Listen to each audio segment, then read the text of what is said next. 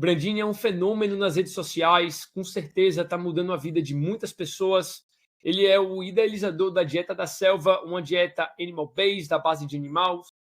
Só que hoje a conversa não vai ser especificamente sobre a dieta da selva, a conversa vai ser um pouquinho mais interessante e a gente vai tentar quebrar muitos paradigmas, tá?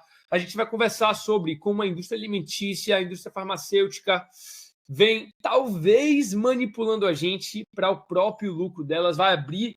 Se você não está preparado para essa conversa, nem continue vendo, tá? Porque realmente a gente vai falar fatos e são fatos que mudaram a trajetória da vida do mundo, né, da vida de muitas pessoas. E a gente também vai finalizar como uma dieta baseada em produtos animais pode ser a salvação para o que vem acontecendo, essas coisas terríveis que vem acontecendo ao longo do tempo. Brandini, para quem não te conhece, você pode apresentar, meu amigo? Claro, pessoal, primeiro, muito obrigado a Antônio pelo convite para participar desse podcast, né? Realmente é um orgulho imenso ter pessoas do calibre de Antônio lutando contra o sistema, um cara que fala bem, um cara que tem oratória, sabe quem é o inimigo que a gente precisa atacar e sabe qual é a solução. E realmente eu fico feliz demais em ser convidado para que a gente alcance o máximo de pessoas possíveis para a gente começar a desmistificar esse tabu que é a nutrição. Então, meu nome é Roberto Brandini, eu tenho 30 anos, eu sou de Aracaju, Sergipe, e eu tenho uma página no Instagram com mais de 500 mil seguidores, onde eu falo sobre a dieta da selva, que é irmã gêmeo, não idêntico, da dieta carnívora. Então, é uma dieta muito parecida com a dieta carnívora, apenas temos como diferença frutas, iogurte e mel. A única mudança é essa. Então, hoje, essa entrevista, essa conversa será uma aula de história para que você perceba ao longo dos últimos anos como foi que a indústria dos bilionários, das farmácias e os governos fizeram, como a gente chama lá em Sergipe, um coloio, sabe? Eles se uniram os três para acabar com a saúde do cidadão. Então, hoje vai ser uma mistura de aula de História, Telecurso 2000, com aula de Química também. Então, prazer imenso. A gente pode já começar aqui a botar as luvas de boxe para a gente começar a soltar esse tema. Claro, e uma coisa bem interessante que sempre fica na minha cabeça é o seguinte: a história sempre tende a se repetir, né? Então, quando a gente vai e aprende sobre a história, a gente consegue entender e perceber o que está acontecendo baseado no que já aconteceu no passado, porque, como eu falei, a história tende a se repetir.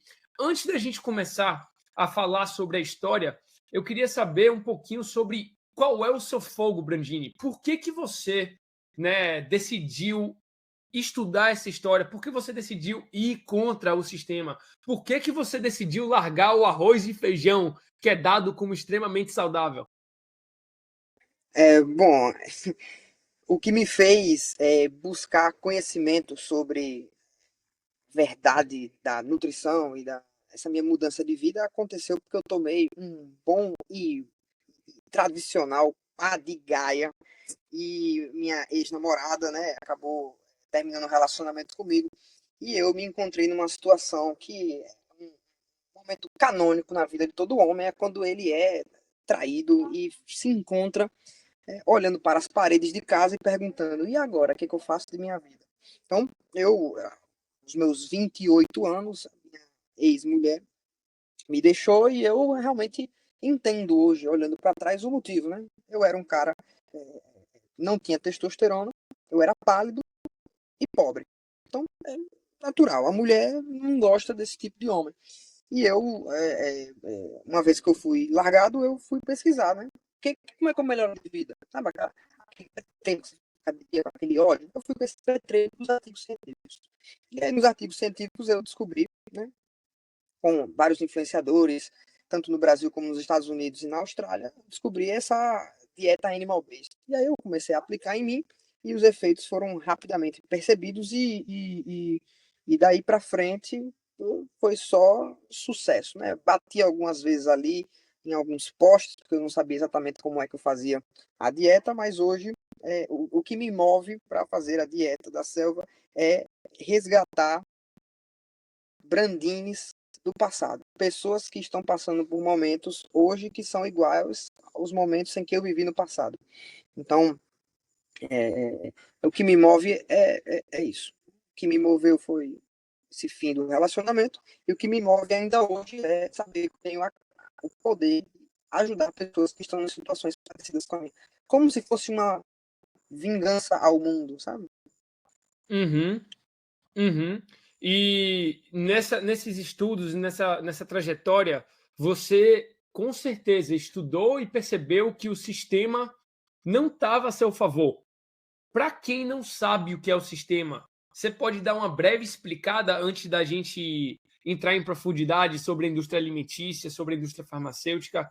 Para o leigo, o que é o sistema que você tanto se refere? Bom, o sistema é um tripé composto do governo, indústrias alimentícias e indústrias farmacêuticas. É um tripé, imagine um triângulo, né? Eles se unem e se retroalimentam. Então, o governo é basicamente as diretrizes de saúde do Ministério da Saúde de todo o país. Se for bem específico, é o, é o governo, né, mais especificamente no Ministério da Saúde. Esse é uma ponta desse tripé.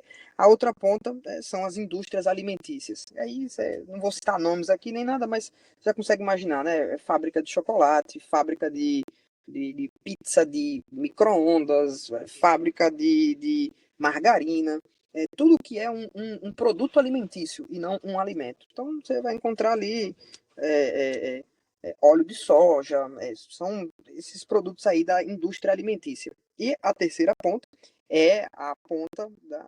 Senhoras e senhores, uma pausa na entrevista para apresentá-los um novo parceiro do canal. Eu estou muito feliz porque vocês sabem que eu sempre procuro os produtos de melhor qualidade no mercado brasileiro e de verdade eu achei. Eu fico feliz que a Wonderlev me proporciona o melhor caldo de ossos e colágeno possível todo santo dia. Eu venho usando isso há meses. É uma adição de nutrientes importantes na dieta como magnésio e glicina e é uma combinação perfeita para vocês que fazem jejum. Você junta isso com a novidade da manteiga bovina de primeira pelo melhor preço do mercado, eu não tô brincando, eu fico tranquilo e confiante de que eu tô fazendo o melhor possível para minha saúde e para minha longevidade. E é justamente por isso que eu tô compartilhando os produtos da Wonderlev com vocês. Enfim, é só uma ressalva rápida que eu queria fazer, porque o produto é realmente bom e eu realmente acredito na marca. Podem confiar. Continuem desfrutando da entrevista e um ótimo vídeo para vocês.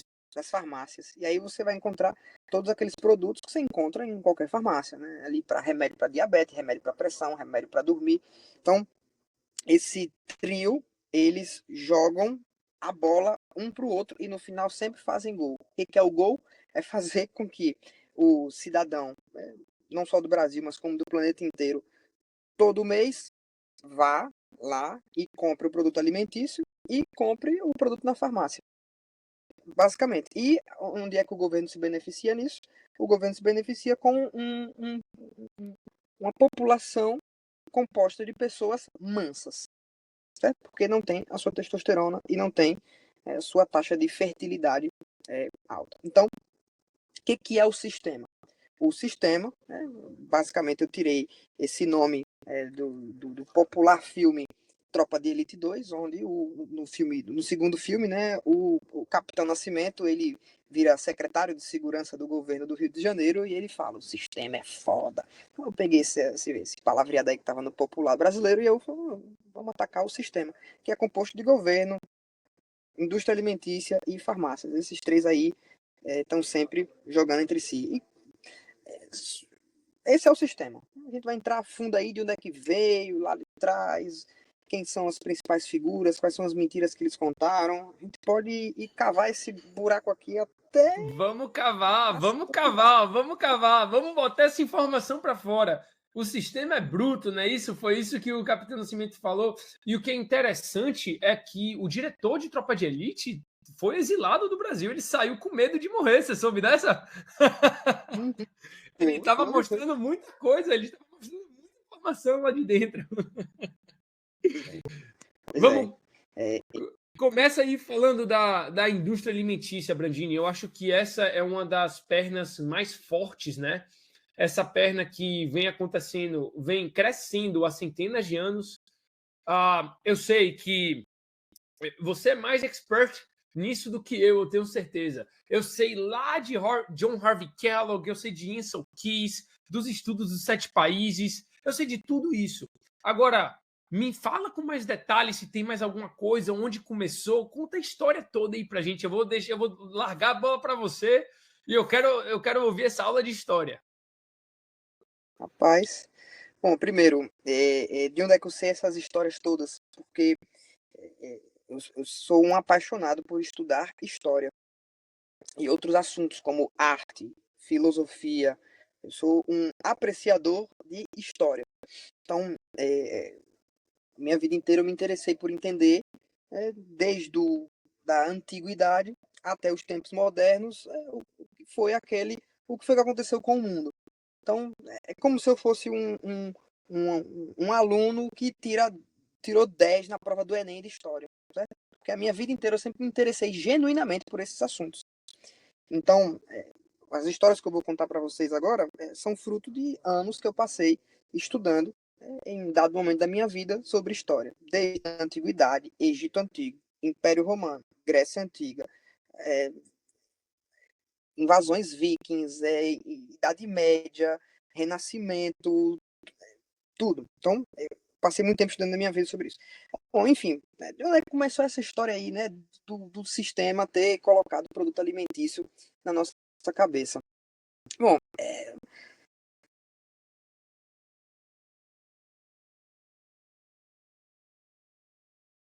tudo começou lá na Rio, ali mais ou menos em 1700, de 1800 até 2025, certo? Nesse período de tempo aqui, nos últimos 200 anos, foi onde a gente teve a maior explosão de pessoas e de produtos alimentícios, certo? Guarda essa informação. Porque de 1800, antes da Revolução Industrial, para trás, não tinha nada de margarina, óleo de soja, não tinha pizza de micro-ondas, não tinha nada. Era realmente só o pobre lascado comia lá batata cozida com um pedacinho de carne com aveia e o rico comia ganso cozido com fruta, mel e frutas frescas. E como não tinha, como a civilização, né, antes da Revolução Industrial, de 1800 para trás, até o Egito lá, a sociedade sempre foi muito bem dividida em existe rico, existe a galera da igreja e existe vocês, pobre lascado. E é isso que acontece. Não tem o que você fazer. Não venha me querer dizer que você nasceu pobre lascado e você vai entrar no meu castelinho. Você é um pobre lascado, vai morrer pobre lascado. No máximo aí você pode se ajoelhar, rezar para Deus que você vai ter acesso aos céus. Eu, beleza. Eu sou rei e vou morrer rei. Paciência. É como a vida é. Tá achando ruim, enfia uma espada na barriga desse camponês aí, ousado, e bota as tripas dele saindo na frente de todo mundo para ele nunca mais sair incentivando o povo a questionar a minha classe social. Então, 1800 para trás, Revolução Industrial para trás, tinha essa diferença. E por conta dessa diferença, que era inquebrável e imutável, aconteceu de que as comidas que o rico comia e o pobre comiam eram nitidamente, né, nitidamente diferentes, e era escancarado, escrachado que o pobre comia mal e o rico comia bem. O rico comia queijo, ganso cozido, estou dando exemplo de ganso cozido porque é curioso, ganso cozido e frutas frescas. E o pobre vai comer batatinha cozida, vai comer aveia, e se der para comer alguma carninha ali, ele come uma carninha seca, sei lá da onde, para só dar um gostinho ali. Beleza? Então, pobre come mal e sabe que come mal. O rico come bem e sabe que come bem. A vida como ela é. Até a Revolução Industrial. Então, a gente vai lá na Grécia Antiga, os senadores comiam o quê? Aquelas uvinhas na boca, assim. Tinha banquetes entre os senadores ali. Em Roma, até mesmo a região de Esparta, na Grécia, por exemplo, eles davam apenas grãos, quase que nenhum tipo de carne para os escravos. Porque Esparta tinha uma proporção ali de 10 escravos para um cidadão. Então, é bem mostrado no filme 300, que todo mundo já viu, que o cara de Esparta tem que ser cabuloso e super agressivo. Por quê? Porque ele tinha um cidadão espartano para 10 escravos. Se o espartano fosse bunda mole, comedor de óleo de soja, fosse fraco, ele ia tomar uma revolta ali, né? Ia sofrer uma revolta. Então, sempre na história do mundo, o escravo, o pobre, a classe baixa comeu grão e aguentava calado e sabia que era pior do que a alimentação do rei. Foi assim, tudo, do Egito Antigo até chegar na Revolução Industrial, que aconteceu lá na Inglaterra no ano de 1800. Certo? Aí nesse meio tempo aí eu posso contar algumas curiosidades, né, só para temperar a história, para deixar realmente bacana. Você pega ali, por exemplo, o Egito Antigo, né, que todo mundo comenta que no Egito todo mundo comia pão sírio, né, tem aquela história. O pessoal do Egito comia muito trigo, tem na Bíblia lá que Moisés mexia nas plantações ali de trigo. O que acontece? Existem vários relatos que mostram que os egípcios, né, lá do Império, lá do Egito Antigo, eles tinham inúmeros problemas de intestino, o que já mostra que trigo sempre foi uma alimentação que trouxe problemas para o seu sistema digestivo. Né? Inclusive, os gregos, né, tinham um apelido meio que caçoando, tirando onda dos egípcios, porque chamavam os egípcios de comedor de pão, né? Os comedores de pão. Então, eles eram todos gordos. Essas imagens que você vê aí de Tutankhamon, desses grandes faraós, é tudo feito com Photoshop. Né? Eles eram gordos, tinham peitinho, tinham problemas de inflamação intestinal a ponto de não vou falar essas nojeiras, mas tinha problema de não conseguir fazer cocô, porque o intestino estava tudo fodido, porque só comia pão. Então, o pão, para quebrar, né, a objeção do espertinho que vai dizer, mas na época de Jesus, todo mundo comia pão.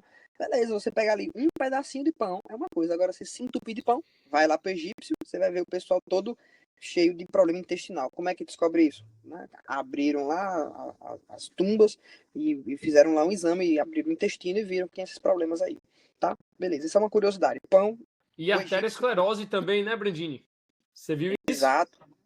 Exato. Tinham problemas, todos os tipos de problema que você imagina, tanto digestivo como eram gordos. Imagine, aqueles peitinhos saindo aqui. Então, mostra que o cara tá com um perfil lipídico totalmente errado ali. Então, aí tem a aterosclerose, tem problemas sei lá, LDL tá alto, problema cardíaco. Então, o LDL oxidado também tá alto. Então, o gordo não tá saudável. A gente já sabe disso. Então, essa é uma curiosidade, né, sobre o Egito Antigo. O Egito Antigo comia muito pão e os imperadores, os faraós e o povo era lascado do intestino. Beleza? Beleza. Outra objeção que eu escuto muito sobre o período antigo, né, antes da gente entrar lá na Revolução Industrial. Rapaz, isso aqui pode ficar meio longo, mas se você quiser eu posso dar uma encurtada. Pode tocar, né? Tá.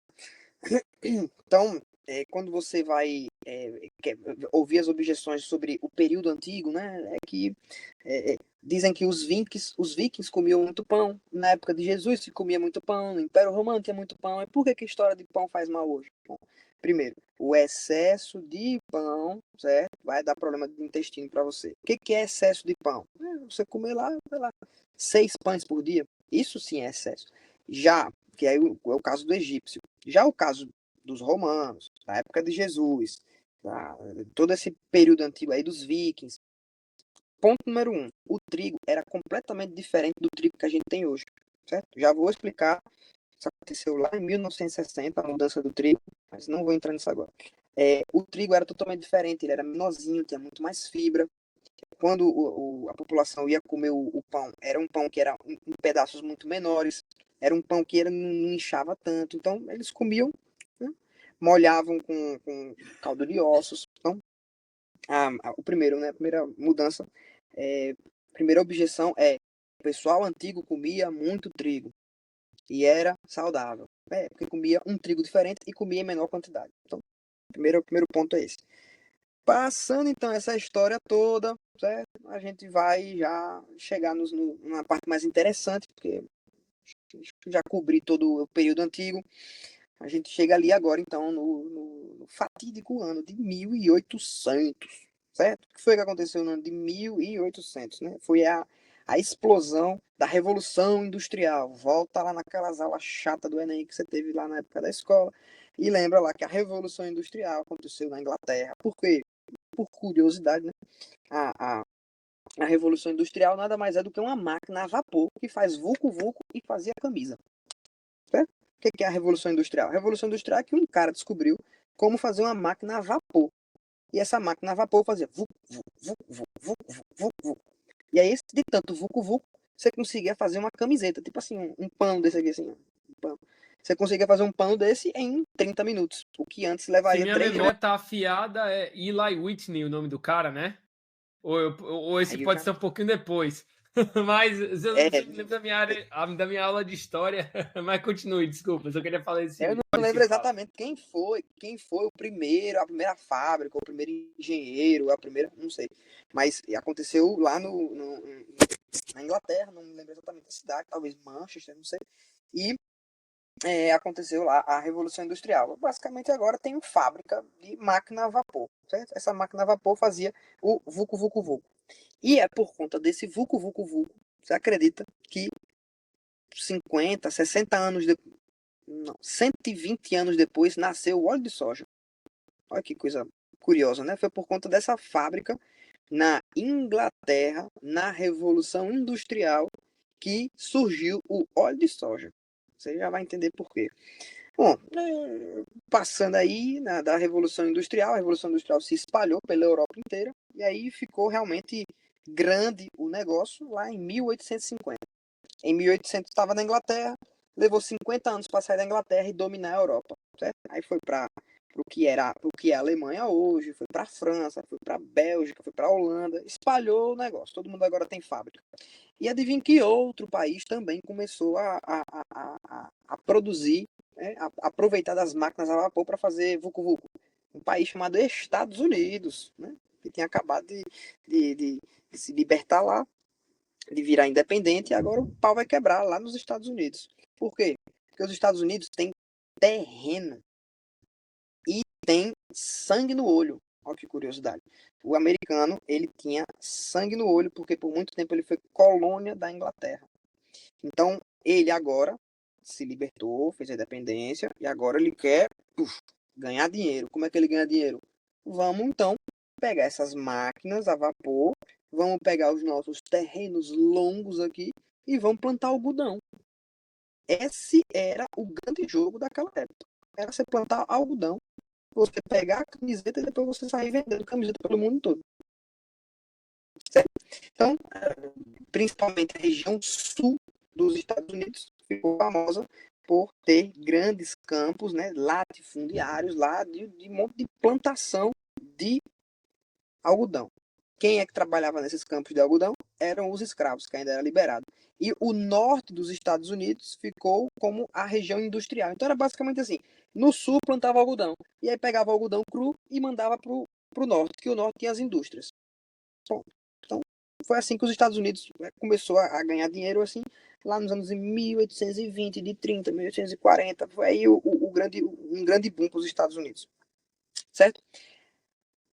Até que um belo dia, um desses bilionários, né, donos dessas grandes empresas, desses grandes latifúndios de algodão, percebeu que estava sobrando muita semente de algodão, né, sobrando muita semente de algodão. Ele não sabia o que fazer com esse excesso, né? Vai jogar fora, vai tocar fogo, vai fazer o quê? Ele descobriu que você podia prensar esse óleo de algodão, esse algodão que sairia um óleo. Aí esse óleo ele começou a vender como lubrificante, certo? Então a gente está aí mais ou menos no ano de 1850, no ano de 1860, 1870. E qual que era o grande jogo? Qual que é o grande cenário? Certo? Estados Unidos está aumentando sua produção de algodão e camiseta. O sul produz o algodão e as indústrias ficam no norte. E aí ficava trazendo de baixo para cima. Depois, 1850, 1860, começava a vender o algodão e junto o óleo lubrificante para as fábricas do norte. Até aí tudo bem. Você tem lá um caminhão de semente de algodão que você consegue transformar em óleo e vende o óleo. Não precisa ser maligno, não precisa ser um terrorista contra a saúde do mundo para você ter esse pensamento, não. Às vezes o pensamento, como grande parte da indústria alimentícia, ela nasce como apenas um empresário querendo ganhar dinheiro. Porque a concorrência está sufocando ele quer ganhar cada vez mais dinheiro. E, na minha opinião, só aconteceu um berimbolo ao longo da história, né? Os bilionários ficaram muito influentes, começaram a querer proteger seus interesses com o governo, que é o que a gente já vai explicar lá para frente. Então, começaram a vender o algodão para fazer camisa, o óleo de algodão para ser lubrificante. Beleza. E agora? Agora que aconteceu que lá em 1860 e pouco, 1850, 60 e pouco, um cara chamado Rockefeller descobriu um poço de petróleo, furou o chão, velho, de petróleo saindo lá. E agora? Que cacete é esse negócio de petróleo? Então, durante esses próximos 20 anos aí, que o Rockefeller descobriu o petróleo, ele não só descobriu, mas ele explorou, refinou e começou a vender. E ficou muito grande, né, dos anos 1860 até a morte dele, lá em 1930 e pouco, 1940 e pouco. Morreu velho, tipo 93 anos o Rockefeller morreu. Então, ele descobriu esse petróleo. E um dos subprodutos do petróleo que desbancou o óleo de algodão para lubrificante foi o lubrificante de petróleo, que é mais barato e é mais eficiente. Porque o óleo de algodão, ele oxidava, aí começava a formar umas bolinhas. Era o que tinha na época, o cara botava, né, lá na fábrica dele. Mas aí depois chegou lá o representante comercial da Rockefeller Productions e falou: meu brother, você está usando ainda óleo de algodão, vamos se modernizar. Aqui eu tenho óleo de petróleo, recém-inaugurado, tecnologia do século tal, irado, venha muito mais barato, troca esse negócio aí, antiquado, nesse óleo de fedorento, fedia, tem relatos que fedia aquele óleo. Então, troca pelo óleo de petróleo. O que aconteceu com o dono do óleo de algodão? Ele olhou assim e se perguntou, e agora? Agora eu me lasquei. Agora eu estou aqui com uma carreta de 200 litros, 200 mil litros de óleo de algodão, que eu não consigo fazer mais nada com isso aqui. Porque ninguém compra mais de mim. Não ganho no preço, não ganho na eficiência, não ganho em nada. O que eu vou fazer? Ah, meu irmão, acharam que eu estava derrotado. Mas quem achou, achou errado. Bora, chama aí algum desses cientistazinhos aí que tá começando a fazer fama. Pega algum cientista aí e vamos ver o que tá acontecendo de novo, de mais tecnológico no mundo da química. Chama quem é o mais brabo aí da química hoje. Não, um cara da Alemanha lá chamado Bayer, sei lá quem, da Alemanha. Chama esse cara aí. Meu brother, você que é um especialista em óleos e gorduras, né, da bioquímica. O que tem de novo aí acontecendo nesse mundo da gordura? Aí o cara, rapaz, a gente descobriu em laboratório uma maneira de transformar o óleo líquido, inocente, né? É descobrir de transformar o óleo líquido em óleo sólido, em óleo pastoso. É um processo que a gente descobriu aqui, quimicamente falando, onde a gente esquenta o óleo, bota. Eu não quero saber. O bilionário falou assim: eu não quero saber como é que faz. Se eu lhe der uma carreta de óleo de algodão, você consegue transformar isso aí em algum bagulhozinho pastoso? Aí o cara, consigo, é só botar aqui na pronto. Deixa eu conversar agora com o meu marqueteiro. Rapaz, então, o óleo agora a gente descobriu uma maneira de transformar esse óleo líquido em óleo mais pastoso. Como é que a gente empurra agora para vender isso aí? Não se preocupe, meu filho. Nós estamos agora nos anos de 1880, 1890, 1900. Nós já estamos um pouco mais evoluídos. Agora a gente já tem mais rádio. Os Estados Unidos começou a ter um boom. Agora os Estados Unidos está muito maior. Já começar ali, já tem os grandes bancos acontecendo, JP Morgan, tal, parará. O que a gente vai fazer com isso aí? Os Estados Unidos agora está com toda aquelas rodovias, as ferrovias estão muito mais interligadas entre os Estados Unidos. Então, uma coisa que você produzia num canto dos Estados Unidos, agora tem uma ferrovia que você consegue transportar lá para outra casa do mundo. Então, com os grandes bilionários do mundo das ferrovias. Então, o que a gente vai fazer com esse óleo que não é líquido mais? Com esse óleo de algodão que era líquido e agora virou pastoso? Deixa comigo, eu sei um truque de marketing. Vamos fazer o povo comer esse óleo, velho. Não é possível. A parada é lubrificante, doido. O bagulho tem gosto de borracha. Sério, o negócio fede. Não, feder é tranquilo. Feder a gente esquenta até sei lá quantos graus. Depois a gente vai retirar todos os produtos que fedem com produto de petróleo que o Rockefeller já fornece pra gente. Benzeno, limpa, joga até. Fica clarinho, bonitinho e vai ficar a margarina, ó, daquele jeito. Aí a gente bota um cheirinho, bota um negócio, bota um rótulo bonito, a gente bota uma lata e vamos dar um nome para isso aí. Qual vai ser o nome? Ah, sei lá, vamos dar um nome assim bem marketing para as criancinhas comprar. Vamos, qual é o nome do negócio? Vamos chamar de Crisco. Então, Crisco foi o nome do primeiro óleo de algodão utilizado como consumo humano. Era um óleo de algodão que passou por esse processo do bioquímico lá, que transformava o óleo do algodão líquido e fedorento em um óleo pastoso e sem cheiro, colocou numa latinha, inclusive azul, com um design bem bonito, e chamou de Crisco. E o óleo, ele ficava branco, cor dessa parede aqui, ó. E agora, como é que a gente vai fazer o pessoal comer isso aí? Ah, não se preocupe. Mas agora já estamos no ano de 1905, 1910, as pessoas já têm rádio, a gente já consegue botar manchete no jornal, os Estados Unidos está crescendo, ficando cada vez mais rico, já está começando a ascensão da classe média, agora todo mundo tem casa, todo mundo tem emprego, agora os Estados Unidos está mais estável com o dólar, já tem ferrovia ligando tudo, as indústrias crescendo, o pau quebrando. Já sei, vamos fazer então essa Crisco virar receitinha de vovó com Ana Maria Braga. Se você quer saber como começar a dieta carnívora do jeito certo e aprender por que a dieta carnívora faz sentido antropologicamente, evolucionariamente e fisiologicamente, estar por dentro dos estudos mais recentes que estão acontecendo e conhecer médicos que estão usando a dieta carnívora nos seus pacientes, clique no link da bio e acesse o meu curso completo. E não só isso, para você que também quer fazer parte de uma comunidade exclusiva com mais de 120 pessoas, onde todos têm o mesmo objetivo de mudar de vida e aprender com a dieta carnívora, também acesse meu outro link na bio.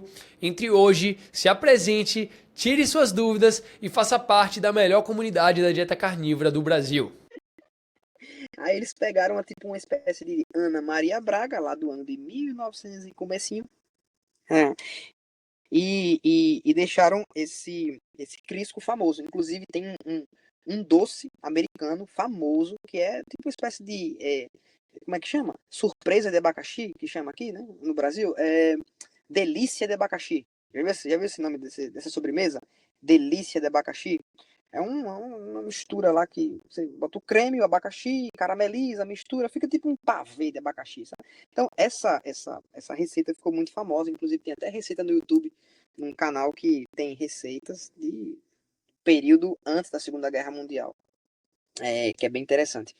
Então, começou a pegar esse óleo de algodão, que a princípio, quando foi lançado, o pessoal não teve muita adesão, mas depois, com o marketing, começou a ser consumido como doce para as crianças. Então, a vovozinha chegava a receber os seus netinhos em casa, o que tem na geladeira? Tem lá uma delícia de abacaxi feito com Crisco, que ela encontrou a receita na aba do jornal dela, lá na seção Ana Maria Braga. Receita da semana. Doce de abacaxi feito com o quê? Com Crisco. Mas aí o tempo foi passando e essa foi a primeira essa foi a primeira vez na história do planeta que nós utilizamos óleo vegetal de grãos para a nossa alimentação. E é a partir desse momento que começa todo o caos da saúde do planeta. Foi a partir do ano de 1900, vou deixar bem cravado então, no ano de 1900 foi quando começou a bagaceira na alimentação do cidadão global. Porque entrou óleo vegetal de grãos, que são ricos em uma gordura que tem nome e sobrenome. O nome dela é gordura ômega 6. Para quem quiser, o nome é ácido linoleico. É uma cachorragem isso aí, certo? Por quê? Porque essa gordura está associada com inflamação do seu corpo, oxidação do seu LDL, ardência na sua pele. Então, dando aqui uma pausa na aula de história e iniciando a aula de química, né? Essa gordura vegetal de grãos é, em minha opinião, o maior responsável pela falta de saúde do cidadão do mundo.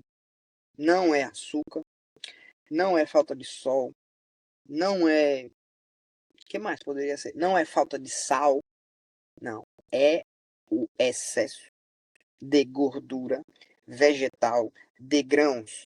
Abre parênteses. Óleo de soja, margarina, óleo de canola. Vou deixar só esses assim. Óleo de girassol. Esse é o câncer do mundo.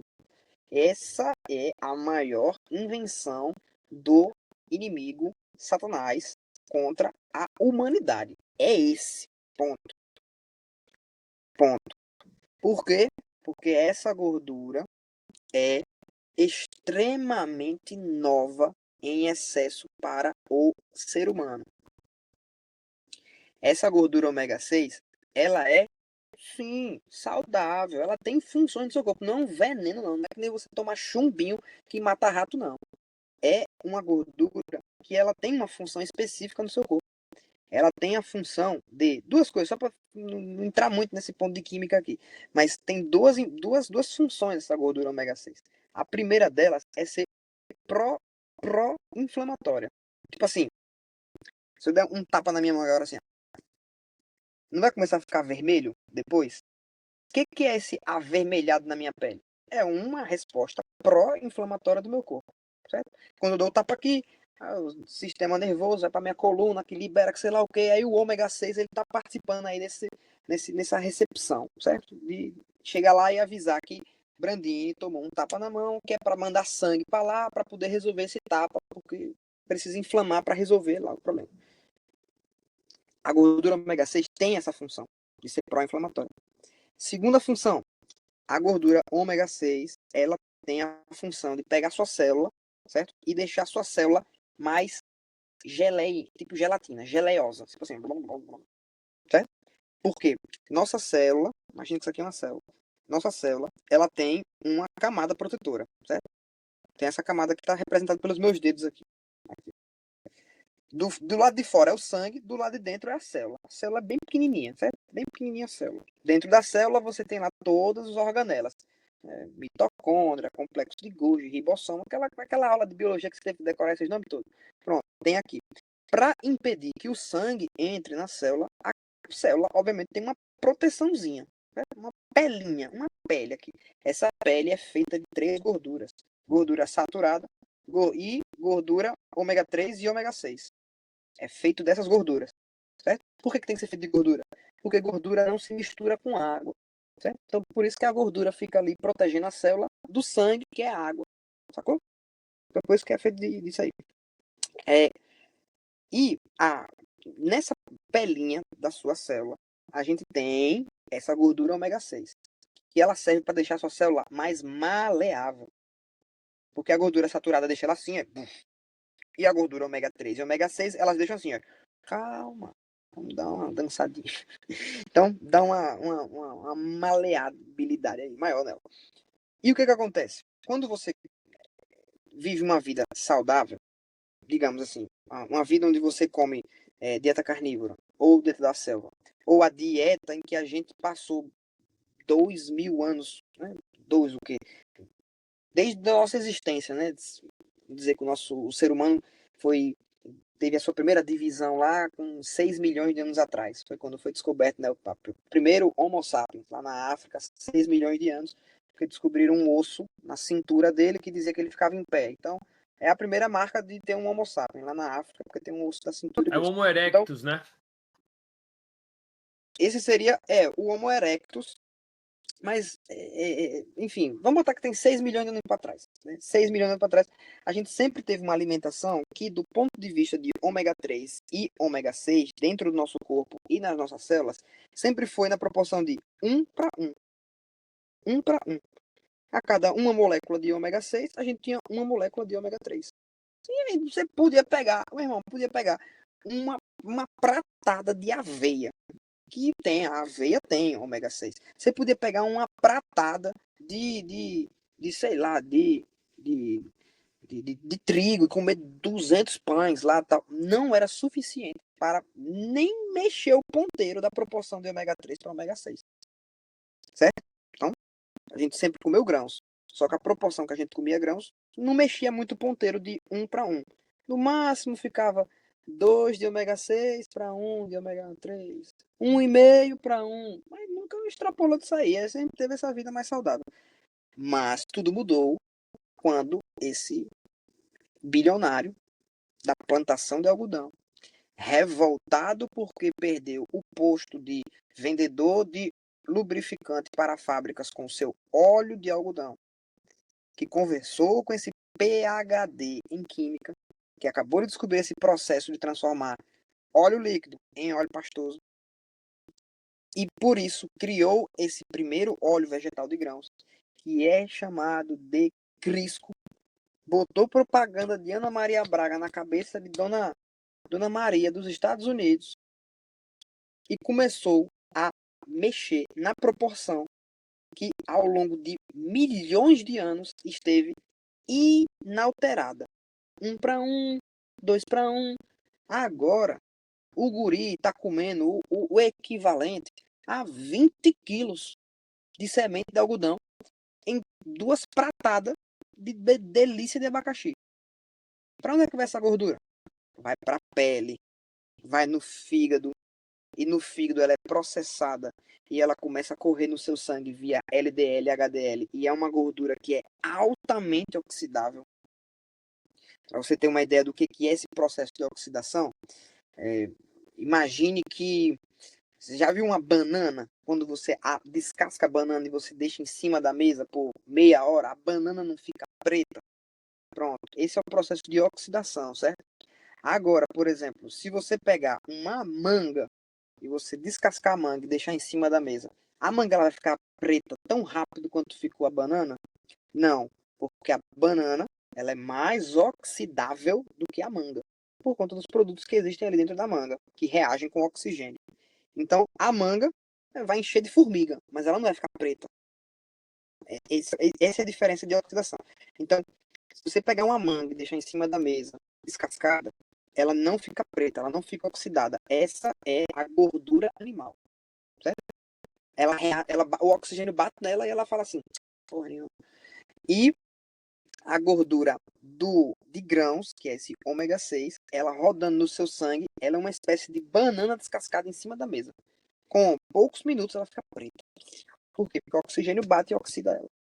Então, a partir dos anos de 1900, a proporção de ômega 6 para ômega 3 começou a crescer, ao ponto de que hoje, dados de 2013, do Instituto de Pesquisa lá dos Estados Unidos, mostrou que a proporção de ômega 6 para ômega 3 no cidadão americano em 2013 era de 30 para 1. Média 30 para 1. Então, esse, na minha opinião, é o maior problema que a gente enfrenta hoje. Certo? E por que, então, que nenhum cientista se deu ao trabalho de pegar esse assunto que é absolutamente básico e que acho que você deve aprender esse assunto aí na aula, no primeiro período do assunto do curso de bioquímica em qualquer universidade? Por que que ninguém sabe disso? Por que que você falar, constatar um fato, como, por exemplo, você arde debaixo do sol porque sua pele está cheia de óleo de soja? Por que que isso arranha o ouvido? Isso arranha o ouvido do brasileiro.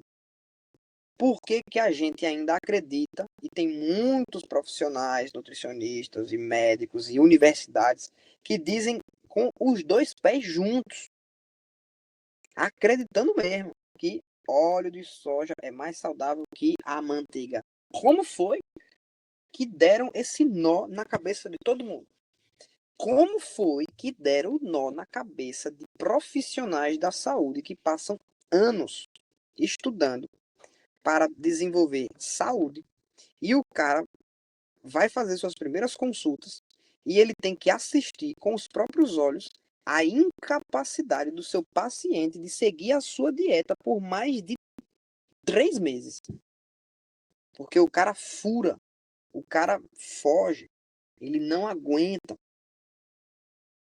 Como é que você vive em um mundo onde você olha ao redor e você vê filas quilométricas no shopping center para comprar sorvete do McDonald's logo após o almoço e você não consegue unir A mais B e chegar à conclusão, você profissional da saúde, e chegar à conclusão de que o cara acabou de bater um prato de arroz, feijão e salada, não tem gordura. Não deu meia hora de relógio, o cara tá na fila para poder pegar um Mac Colosso com calda extra, que é puramente gordura hidrogenada. Será se não é porque ele comeu pouca gordura nesse almoço, não?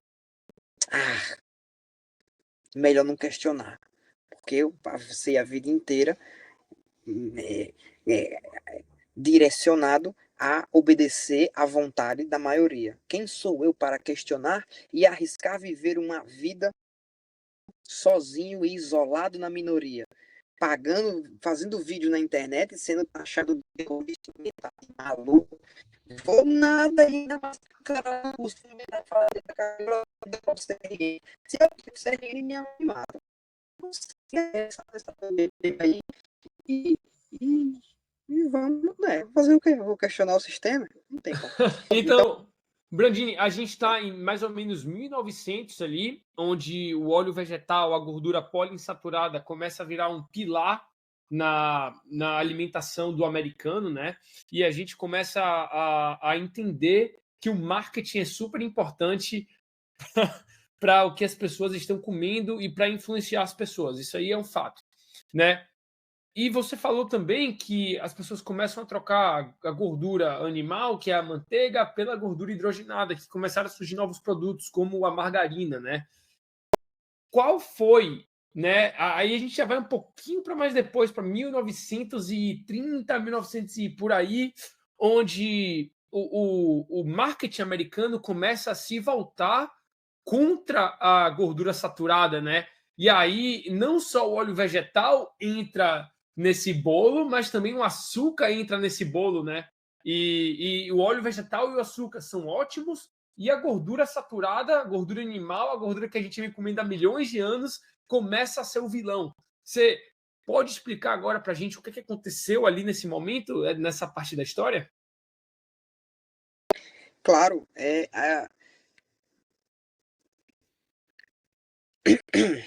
em 1953 aconteceu um fato que deixou os Estados Unidos inteiro desesperado.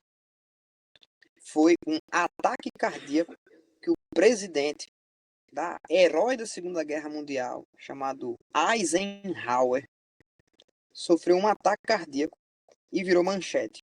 Para você pegar uma dimensão, imagine mais ou menos como um Bolsonaro que liderou a guerra no Brasil contra a Argentina, venceu a guerra, herói nacional estourado, sofreu um ataque cardíaco. Todo mundo entrou em comoção. O que foi que aconteceu com ele?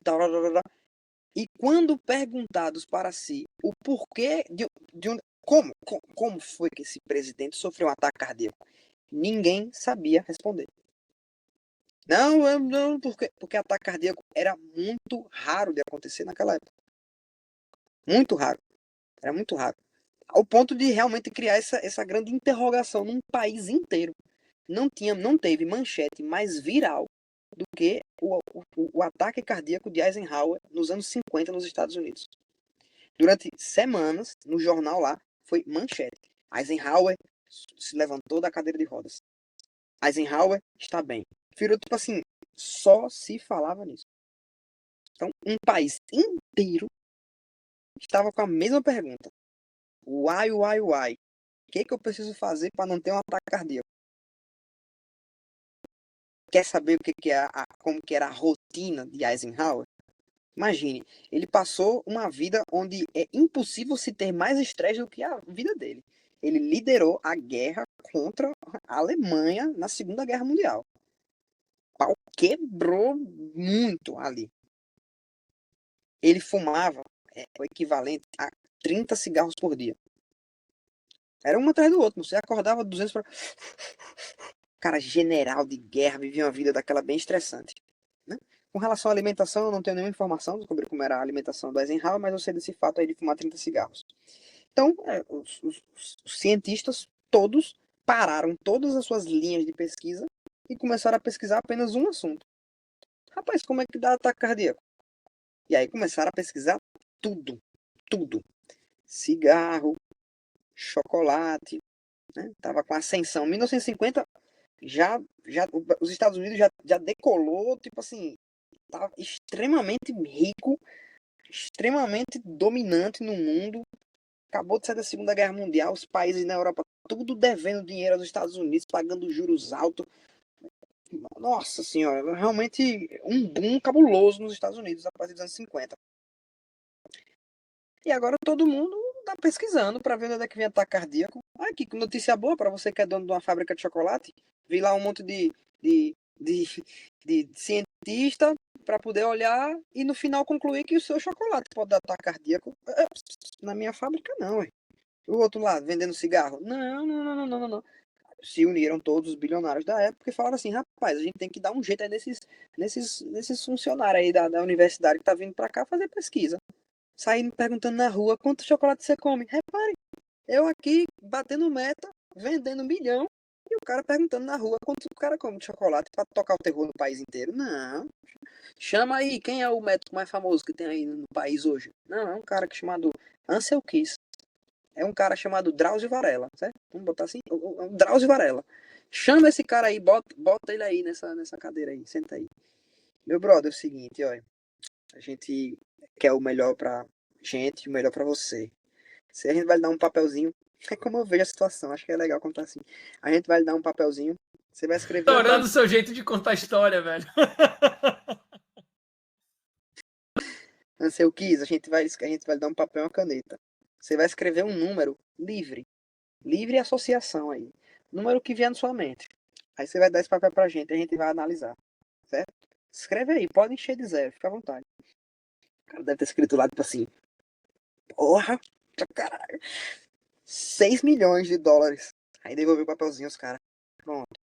Você vai agora sair naquela porta, vai deixar o seu Pix com o nosso atendente, e aí você vai fazer o seguinte, você vai dar um jeito, meu irmão, de falar que o que causou esse ataque cardíaco aí no Eisenhower foi qualquer coisa, meu irmão. Só não foi meu chocolate e nem o cigarro dos caras aqui. Demorou? Dê seus pulos. O Pix é o seguinte, o Pix é metade agora e metade quando sair o estudo. Beleza? Se saírem falando que você é um cientista, que sei lá o que, lá, aí já não é com a gente. Você tá vendendo sua reputação por 6 milhões. Você quer é um negócio, uma negociação. Quer? Já tá aí, já é famoso, já é isso, aqui. Você vai sair na capa da revista, vai sair de tudo. A gente manda em tudo aqui. Agora, quando você for sentar cara a cara com um professor seu que você respeita cientificamente, infelizmente você vai ter que passar vergonha, vai ter que abaixar a orelha e falar assim, eu sou uma puta do sistema, certo? Mas você vai estar com dinheiro. E vai fazer o nosso estudo aqui. Demorou? Demorou. Aí esse ano, se eu quis, Que tá o Ansel Keys, né, Brandini? Como você está falando, ele era super respeitado. E quando o Brandini fala que ele é super respeitado, é o ponto dele estar no nível de ter feito todas as ações para os soldados na Segunda Guerra Mundial. Era chamado de K-Rations. Então o cara era alto calão e tinha um respeito total, não só com as pessoas dos Estados Unidos, mas com o governo dos Estados Unidos também. Exato. É o equivalente a um Drauzio Varela. É conhecido de ponta a ponta do país. O que ele falar é regra. Então, essa história aí, essa anedota que eu contei para explicar que, na minha opinião, né, não tem nenhum fato, registro de que ele foi comprado pelo sistema, mas, pelo amor de Deus, né, meu filho? Assim, Não, que ele tem, falsificou. Brandini. Tem o Sugar Research Foundation pagou médicos de Harvard. Tem 2 documentos que mostram que o Sugar Research Foundation pagou médicos de Harvard e pagou Ansel Keys também, esse miserável. Sem vergonha. Foi pago pela indústria de açúcar. Eu vou achar o documento que eu já vi, eu te mando depois. Rapaz, pagaram. E um era Head of the USDA, um dos médicos de Harvard, era o ponta do USDA, que é a indústria de agricultura, o setor de agricultura dos Estados Unidos. Foram pagos, se eu não me engano, $60 mil na época para acabar com a saúde do mundo todo. Né? E outra, tinham outras pessoas, né, que estavam indo contra essa teoria do Ansel Keys, que o Brandini vai contar agora, que eles estavam botando a culpa no açúcar, né? Não, é o açúcar, tipo o Dr. Yudkin. O Dr. Yudkin falou, não é o que o Ansel Keys está falando, é o açúcar que está causando esses problemas todos. E o que é que fizeram? Propaganda contra Yudkin. Não, Yudkin, você tá errado, você não sabe de nada, o Ansel Keys é muito melhor do que você. E botaram o Ansel Keys para cima com o dinheiro e o marketing que o Brandini vai falar agora. No mundo do marketing, só importa quem tem o megafone. Quem abrir a boca no megafone, acabou. Solta absurdos. Se não tiver ninguém contestando do outro lado, o absurdo vira o slogan.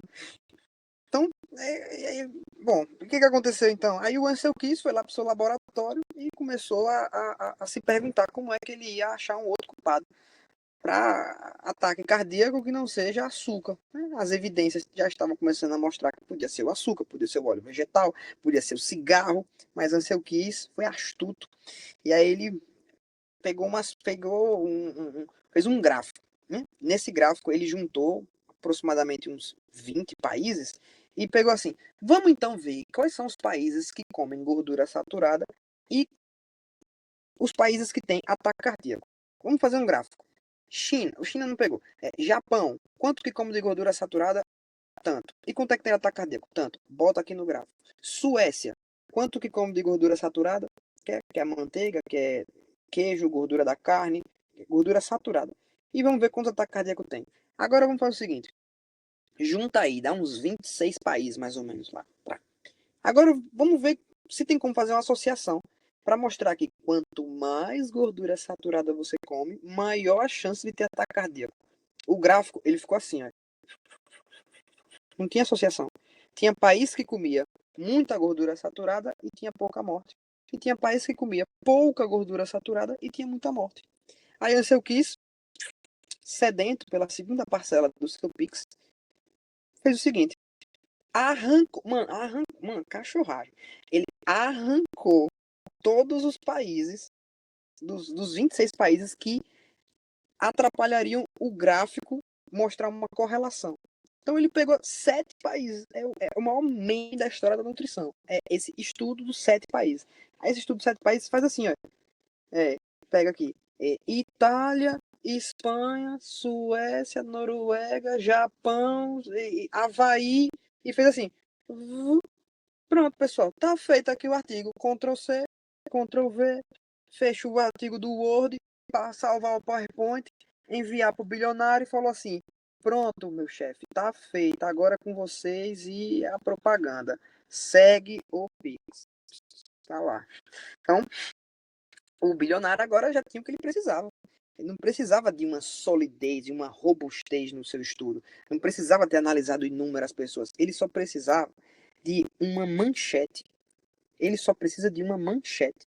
E a manchete foi: Ansel Keys divulga artigo científico onde associa a gordura saturada com ataque cardíaco.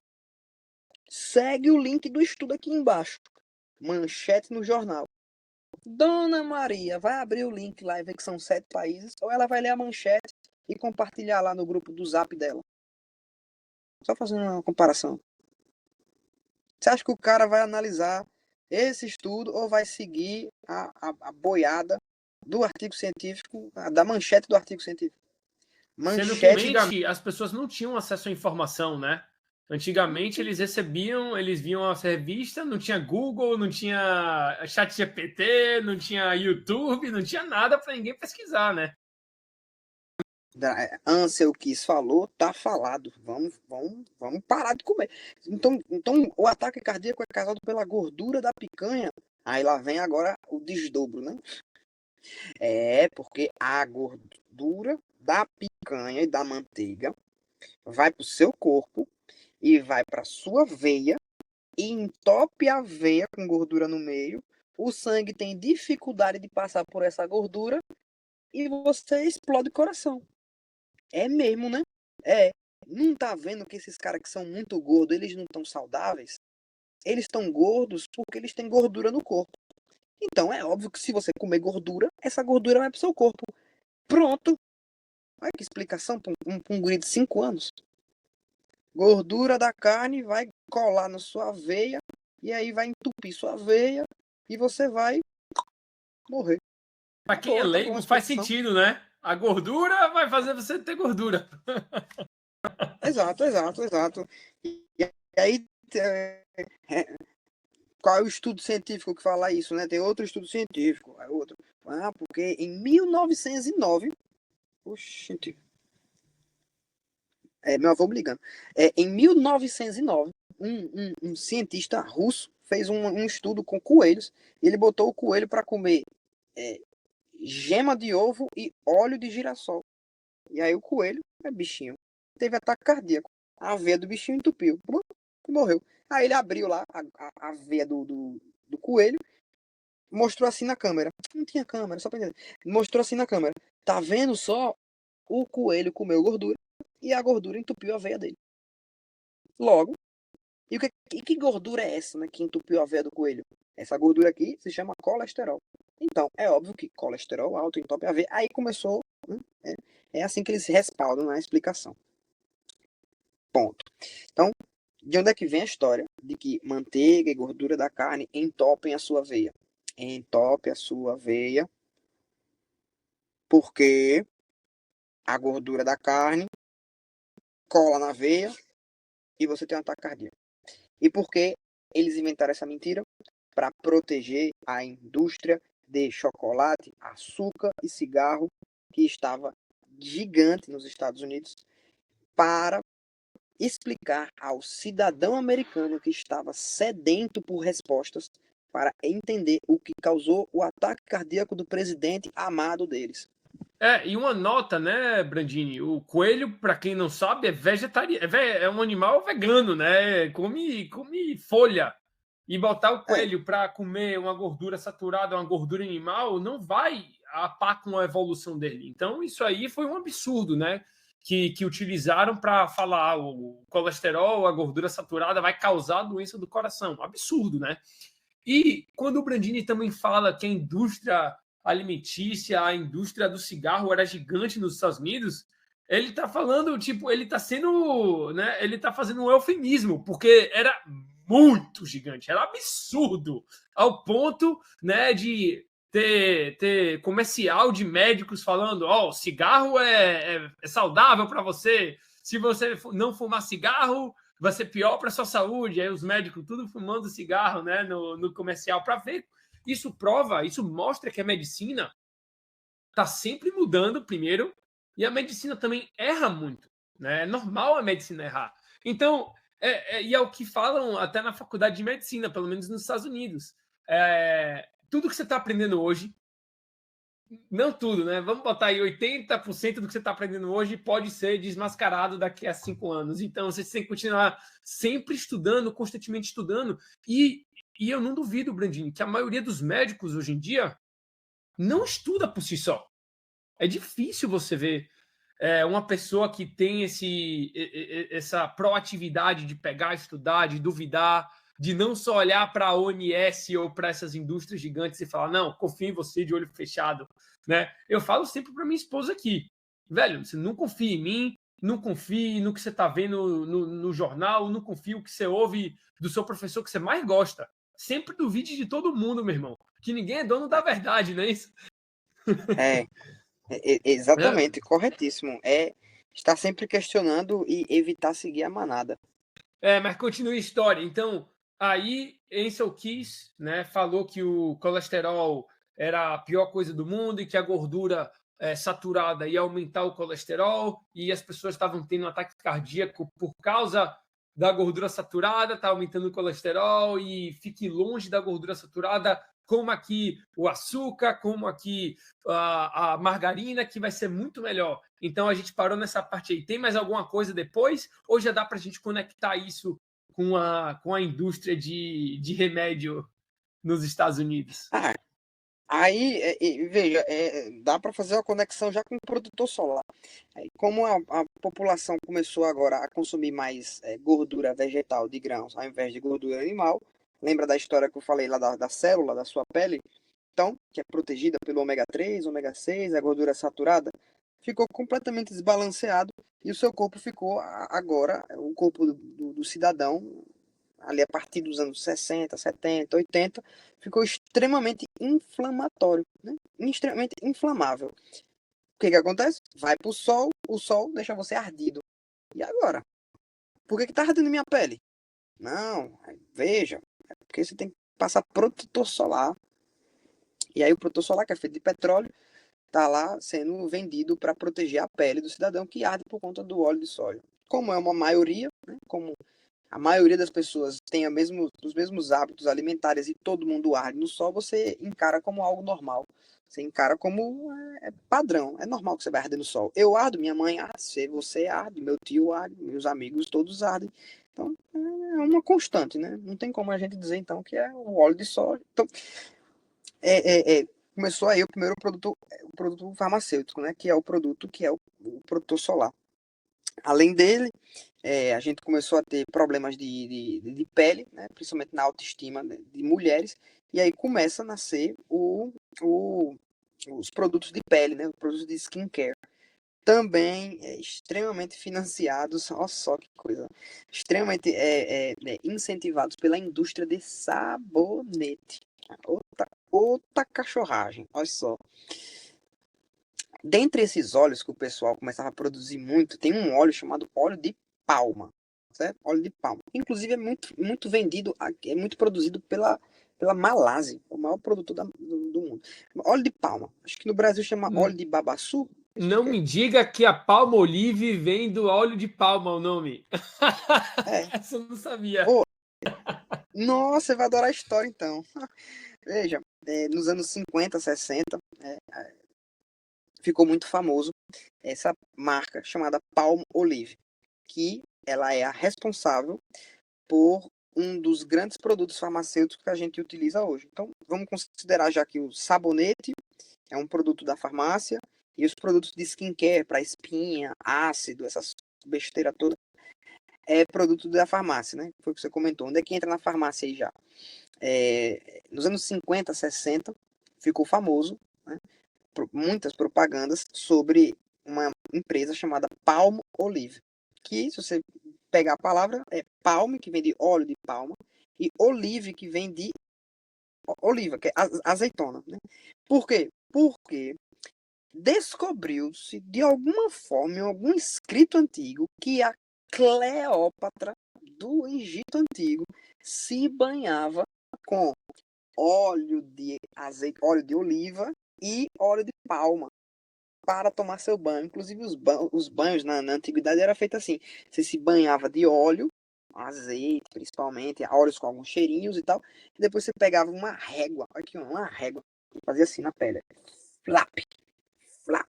Então, a vida inteira nós sempre utilizamos óleos para tomar banho. Aí passava um sabonete, depois passava um óleo e tal, mas a gente sempre teve esse hábito de passar óleo. Inclusive, você assistir esses filmes aí antigos da Grécia, qual é o filme que tem isso? Tem um filme lá, é o filme de Sócrates, se eu não me engano.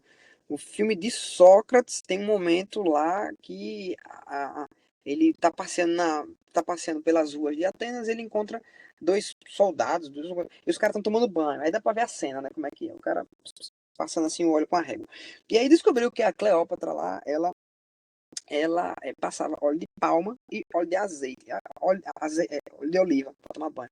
E aí a propaganda foi: caso você, mulher, queira ficar tão bonita e tão irresistível quanto a Cleópatra, conheça a Palmolive, que é um sabonete inspirado nos segredos de beleza da Cleópatra.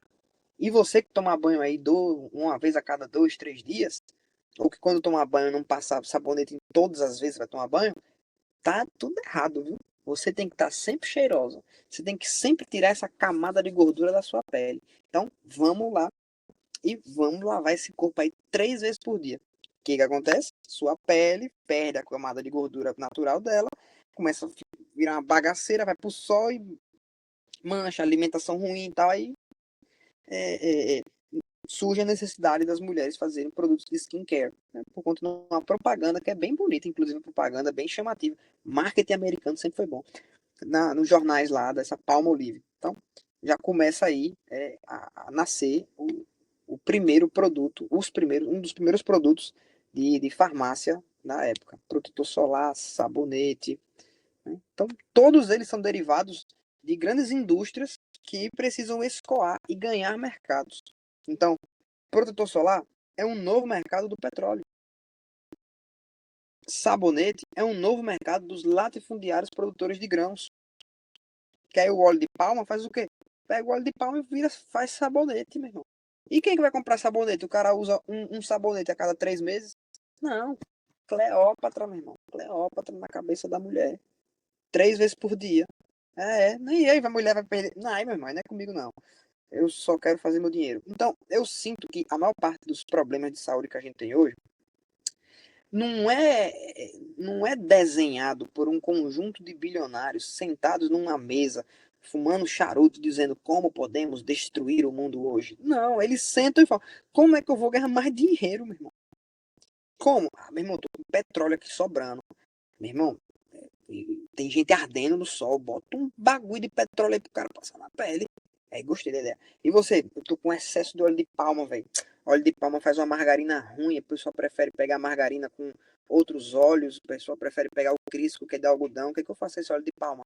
Meu irmão, faz sabonete. Mas o business de sabonete não é um business muito grande, não.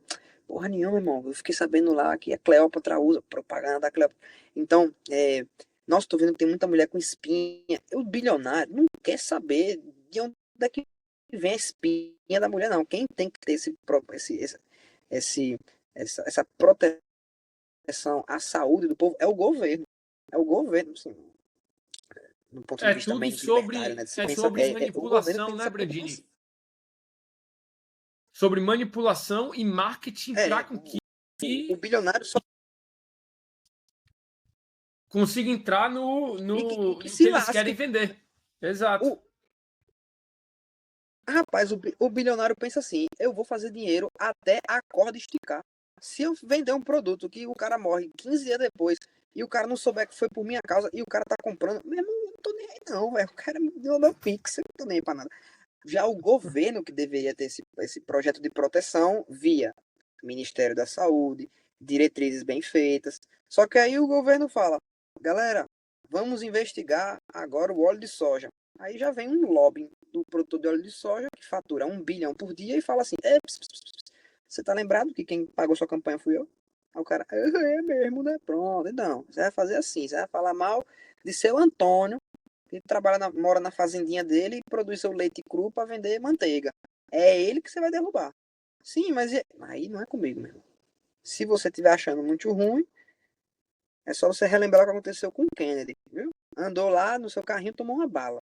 Então, não é querendo botar pavoro, não. Mas, viu? Então, mas Tire, né? Bote na cabeça das pessoas que o leite cru, que é um alimento extremamente ancestral, que a gente vem tomando há milhares de anos, vai fazer mal, é perigoso. Bote isso na cabeça das pessoas, arranje o seu jeito, né? mas o pessoal não sabe o que é bactéria, não. Não sabe? Pronto, vamos fazer uma propaganda de marketing na televisão e agora todo mundo vai saber o nome de apenas uma bactéria. Qual? Salmonela. Chame qualquer pessoa na rua aí e pergunte se ela conhece a bactéria salmonela. Conhece. Mas pergunte se ela conhece sei lá, outra bactéria que faz bem. Né? A Staphylococcus coccus. Você conhece? Que é isso? Não sei. E salmonela? Salmonela mata. Perceba como que o que chega na cabeça da população é extremamente bem desenhado. E de marqueteiro para marqueteiro, eu bato palmas para o pessoal conseguir colocar, né, explicações no imaginário comum do cidadão brasileiro. Sabe? Tipo assim, o cara não faz a menor ideia do que é ácido úrico e ferritina. Mas chame qualquer pessoa pelo braço na rua, no calçadão do Rio de Janeiro, puxe pelo braço e fala assim: o que acontece se você comer carne vermelha? Aí o cara, rapaz, pode dar ácido úrico. Não, como é que essa informação chegou no cara? Aí o cara, não, o que acontece se você comer uma picanha gordurosa? O imaginário comum pensa, aumenta ácido úrico, aumenta a ferritina e a gordura da picanha entope minha veia. Meu irmão, é um trabalho fantástico de marketing colocar isso na cabeça. Não tem como negar isso. Não tem como negar isso. Isso é um fato. É um trabalho excepcional. Como é que os caras fazem isso aí, velho? Meu irmão, é muito bem feito, velho. Às vezes eu fico de cara com o tanto de crenças erradas que eu recebo nos meus stories, como por exemplo, é verdade que a carne apodrece no intestino. Não, é tipo assim, minha filha, onde foi que você ouviu isso? É verdade que gordura saturada sai gordura pela mão. Sabe? Tipo, umas paradas muito loucas. Ô, Brandini, eu acho extremamente também incrível, né?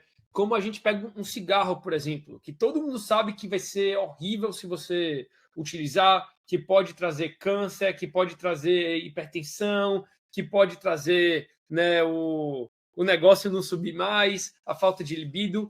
E a gente vê que isso é vendido em todo lugar do Brasil, é vendido em todo lugar dos Estados Unidos, né? E aí a gente pega o leite cru, aquele exemplo que a gente deu mais cedo, que tentaram não, conseguiram banalizar ele. No Brasil é proibido você vender leite cru. Nos Estados Unidos é proibido em, se eu não me engano, 20 estados, porque lá não é igual ao Brasil, né? É uma lei para o país todo, lá é por estado. Então lá eu acho que 20 estados é proibido você vender leite cru. Tem alguns estados que você vende, mas você vende como se fosse para o seu animal, entendeu? Aí é legal, aí é um loophole, entendeu? Aí você vende como se for para o cachorro, não é para consumo humano. Imagine isso.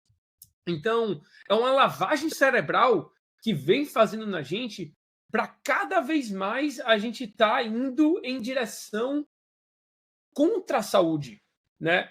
E a gente vê, né, nessa época onde eles começaram a empurrar o óleo vegetal, nessa época onde eles começaram a empurrar a margarina, onde eles começaram a empurrar o açúcar e começaram a banalizar a gordura saturada, a gordura animal, os produtos de origem animal como um todo. A gente já ouviu história que o ovo aumentava o colesterol e era para evitar ovo. Eu não sei se alguém se lembra disso, mas aconteceu e foi desmistificado até alguns anos atrás, mas aconteceu.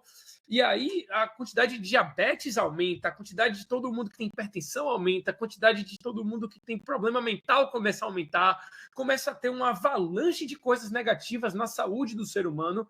Só que a indústria farmacêutica tem a resposta, né, não, Bradini? Açúcar alto? Não vamos parar de comer açúcar. Que tal a gente utilizar um remédio para baixar o seu açúcar? Né? Isso é. Você não tá com ereção? Aí vamos fazer Tadalafila ficar famoso. Agora todo mundo vai com Tadala. Vai pra...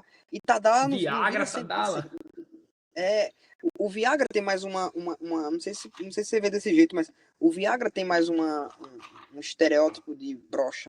E o Tadala tem um estereótipo de performance, sabe? É como, não sei se você já percebeu, Viagra é coisa de velho, que não sobe mais. E o Tadala é o pré-treino do cara, sabe? É o, é o, é o pré-treino do pitbull raivoso, como diz aí. Então, você não vê mais como um problema de saúde, mas você vê como um acessório de performance. Até nisso eles mudaram o marketing. Os caras muito gênio, mano. Então, assim, não tem como bater no nome Viagra mais, porque Viagra já tá desgastado. Vamos criar outro nome. Tadala. Porque a testosterona do brasileiro caindo violentamente, né? De 600 para 300 nos últimos 50 anos. Vai ficar todo mundo broxa. A única coisa que o homem gosta é é o seu brinquedo lá para brincar e ele não consegue brincar? Não pode, é ter revolta. Vamos botar todo mundo para tomar Viagra? Não, senão todo mundo vai começar a se ligar, né? Que tá rolando algum tchan aí na saúde. Troca o nome. Aí tá dala. E além disso, né, Brandini, vamos falar que testosterona de 200, de 300 é normal. Vamos começar a falar que a testosterona de 300 é normal. E se você está se sentindo mal, tá ok. Toma aqui um pouquinho de testo exógena. Toma aqui um pouquinho de hormônio para sua vida toda que você vai se sentir bem. É, porque é natural. Você que chega nos 38, 40, tem uma queda natural da testosterona. A gente vai manter os níveis naturais da sua testosterona. E tá lá, o cara com 40 anos com a cara de. Assim, é doido. Então, é um tripé que se alimenta. E a gente vê isso com tudo, né? Você falou, Brandini, né, que você não acha que as empresas, que os bilionários sentam fumando charuto, né, e que eles falam como é que a gente vai acabar com a vida da humanidade agora. Não, não é assim. Porém, hoje em dia já virou uma máquina tão maligna, tão demoníaca, Brandini, que eu não sei se você já ouviu falar do Kelly Means. Kelly Means foi um cara que trabalhou na Coca-Cola, né, que trabalhou nessas empresas alimentícias, mas principalmente na Coca-Cola, e ele pegou pavor da indústria alimentícia. Por quê? Porque teve uma reunião que ele compareceu com Goldman Sachs, um banco americano, e sabe qual foi o tema da reunião que ele estava, Brandinho? Não. O tema foi: é lucrativo para o nosso negócio o ser humano ser saudável? Não, não é. Desse dia em diante, Brandini, ele falou: isso, o que eu tô fazendo não é certo, é demoníaco. Vou sair, vou virar X9. O cara virou X9, velho. Começou a ratear tudo que estava acontecendo por dentro, porque isso foi uma pauta da reunião. A gente não vai conseguir fazer dinheiro se o ser humano for saudável. Imagine. E já conectando com o que a gente falou de Rockefeller, do petróleo, todo mundo está tomando remédio basicamente de 30 anos até a morte, todo santo dia. De que é feito os remédios, Brandini? Tá? Petrolados.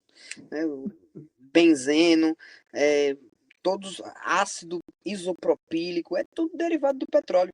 Então, é como você disse, não, a gente não acha que o bilionário senta e pensa como a gente vai acabar com a vida do cara. Não, foi o cara do algodão que queria vender, ganhar algodão, vender óleo de algodão. É o Rockefeller que queria vender petróleo. É, os bilionários que pagaram para o Ansel Keys para ele não falar mal dos produtos dele. E aí foi acontecendo. Esse é o lado histórico, bioquímico, do lado dos bilionários, certo? É como eles ganham dinheiro em cima da população. O que não é errado, né? Ganhar dinheiro, né? Mas enfim. E a gente tem um outro lado, né? Que é o lado filosófico, que eu não queria entrar nisso aí agora, não, mas porque é um pouco. Eu tô aprendendo isso agora, nessa semana agora. O livro que eu tô lendo é sobre isso, né? Como foi que a filosofia desmanchou a cabeça do jovem para não acreditar que o mundo tem um padrão, que o mundo tem uma ordem, para que o mundo é um puro caos.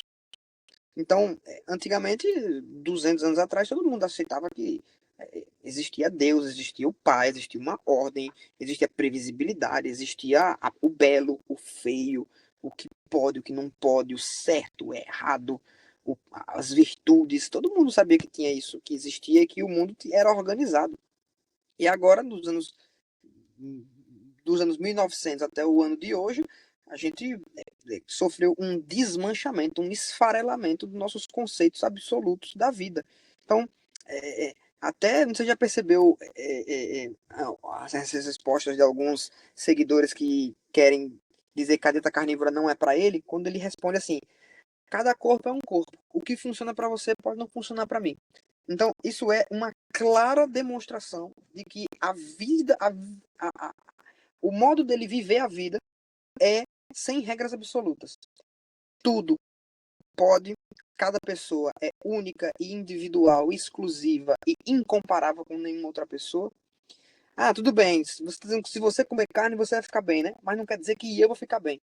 Ele nega que existe uma, uma regra absoluta na digestão e no metabolismo.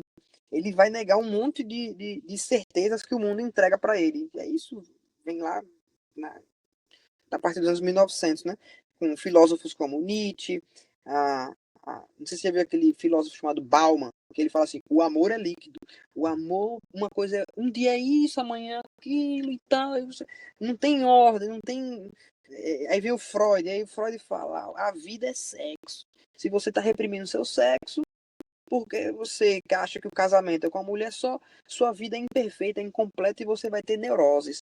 Aí o cidadão começa a falar, rapaz, o mundo então é uma bagunça, é um mangue, é um mangue. O mundo é um mangue, não existe ordem. Então vamos fazer o seguinte, vamos primeiro, né? Quem é o inimigo então? Quem é nosso inimigo? O ser humano sempre tem uma vontade de lutar contra o inimigo. Quem é nosso inimigo? Bom, o nosso inimigo é quem nos oprime. Então, se você está vivendo uma vida e não, você não está tendo prazer nesse exato momento, saiba que você está desperdiçando sua vida. Porque não existe regra, não existe céu, não existe você querer viver uma vida sacrificando o seu momento de hoje para ter um prazer no futuro, porque o futuro não existe, nada é visível. Meu filho, faça o seguinte, o que você quiser fazer, você faça agora, certo? Então, essa é a filosofia que é instalada na cabeça da população de hoje. E com relação à alimentação, não está muito na cara que se eu tomar um copo de coca eu vou ficar gordo? É, mas veja, se você cortar a coca, você está se oprimindo. E se você se oprimir, segundo a filosofia, que é o senso comum, você está sendo terrorista. Então, ao invés de você traçar regras absolutas para a sua vida, você vai traçar uma regra do tudo pode. Basta equilibrar. Então, quer tomar coca? Pode tomar uma vez por semana. Aí você quer comer uma pizza de micro-ondas com maionese? Rapaz, não precisa dizer não. Certo? Porque não precisa, você não precisa se oprimir de nenhuma forma. Você pega essa pizza de maionese aí e come uma vez por semana. E aí, de repente, a vida se transforma num eterno tudo pode, basta ter bom senso. Mas o que é o bom senso? O bom senso é baseado em quê? Nas virtudes? Não, o bom senso é no que eu quero fazer agora. Eu quero ir para uma festa e pegar uma mulher hoje? Quero, porque meu prazer é isso. Eu quero pegar uma mulher hoje. Tá bom. Você não prefere dormir, acordar cedo pra academia amanhã, não? Nada, meu filho. A vida é agora. A vida é agora. Eu tô curtindo. Eu tô vivendo.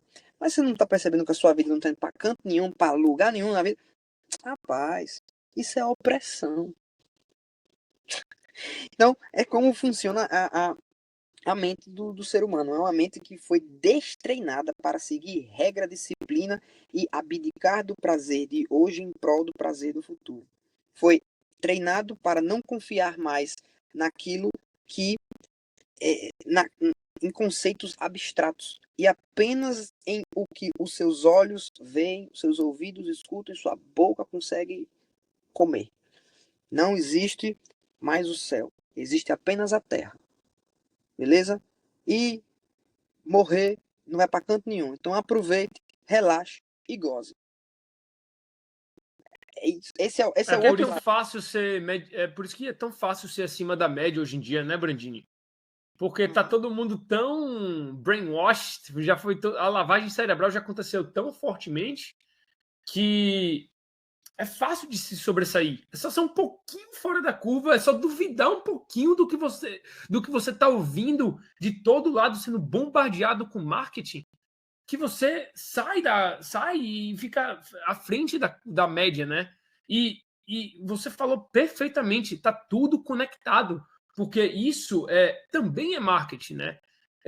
Eles vêm falando, seja feliz com o seu próprio corpo, é ok você ser gordo, né? É ok, você tem modelo plus size. Eu fui na Nike outro dia, meu irmão, tinha uma modelo plus size como manequim, velho.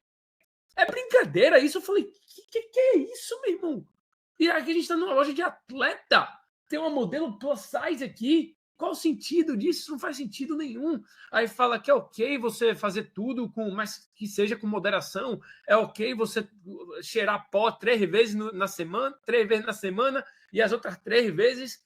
Não, tá ok. É o balanço, não é isso? É só você balancear tudo. É ok você sair pegando todo mundo, mulher sair pegando todo mundo, né? Pelo amor de Deus, velho.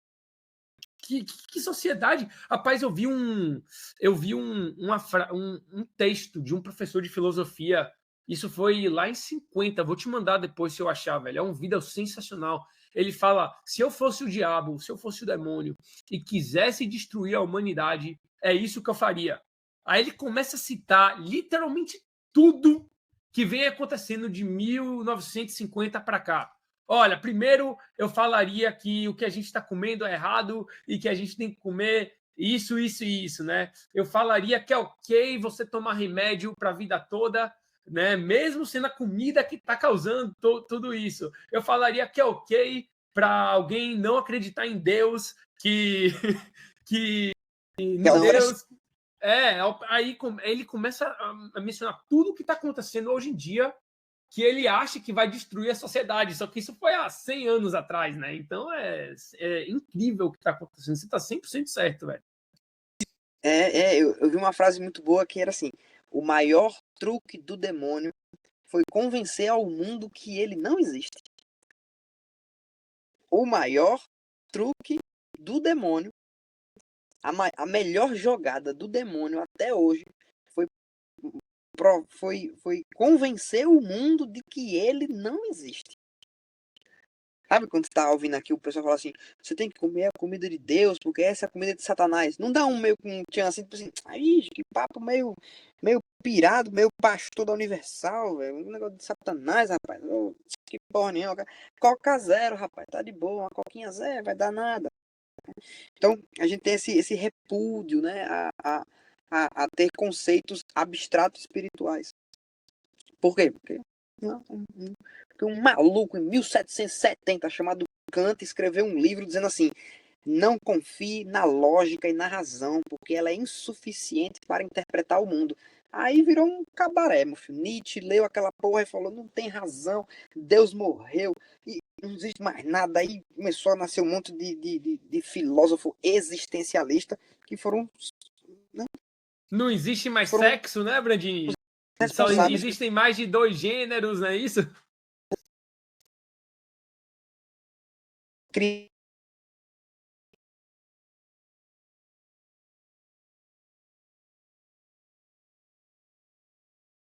esse amor. Agora, aquilo ali, a Revolução Hippie nos anos 60 é a clara definição da filosofia existencialista.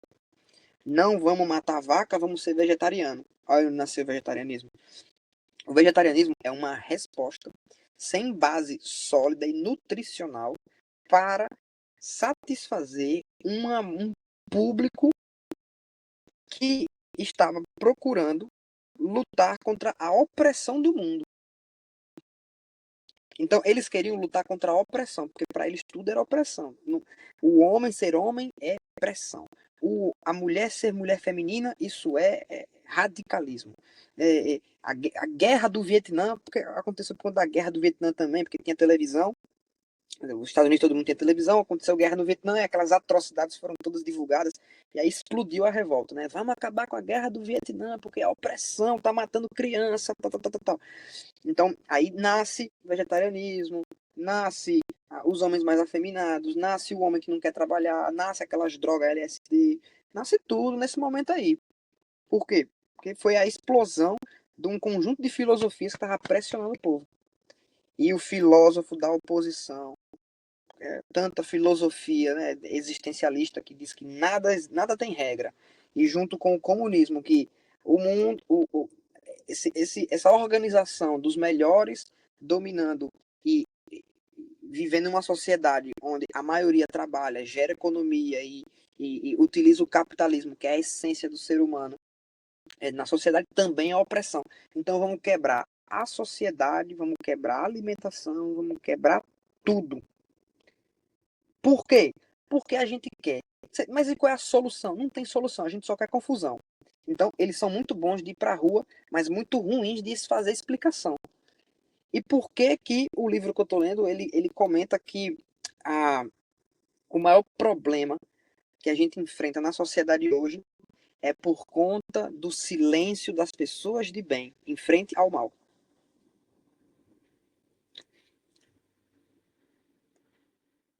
É mais fácil você reunir um monte de vagabundo de uma universidade para ir para a rua, para poder se rebelar contra a guerra de Israel, que é um conceito deles lá de opressão, ou você colocar um monte de empresário, trabalhador, gente honesta, para ir para a rua para lutar contra contra o problema financeiro do país que acontece por conta do esquerdismo. O cara que é trabalhador, ele vai falar assim, meu irmão, eu tenho o que fazer, amanhã cedo eu acordo.